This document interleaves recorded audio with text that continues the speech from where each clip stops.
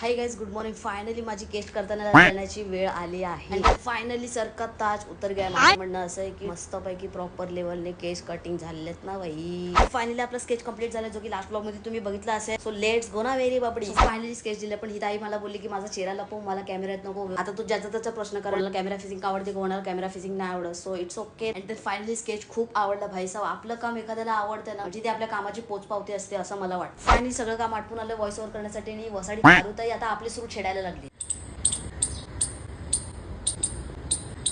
याच्या मामाच्या बच्चे याच्या मामा लीला आताच तडमडायचं होतं. मारुताईचं गाणं ऐकता ऐकता जवळजवळ अर्धा ते पाऊण तास माझा असाच निघून गेला. आणि भाईसाहेब काळोख एक नंबर झाला. असं वाटतंय फुल पावसासारखं वातावरण झालं. मी निघालो चोडीतलं घेतलेलं शर्ट कटिंग फिटिंग करण्यासाठी. भाईसाहेब माझ्यासारखे दोन राहतील, एवढं मोठं शर्ट. शोले मधल्या ठाकूरची आठवण आली मला. शर्टचा तर फडशा आपण प्रॉपर लेवलने लावतो. भाईसाहेब इथे किचन मध्ये बघा काशी सर्कस चालू. सर्कस याच्यासाठी चालू बिकॉज आपण लावतोय नवीन बल्ब, बिकॉज आपण ब्लॉग बिग बनवतो त्याच्यासाठी. मस्त पैकी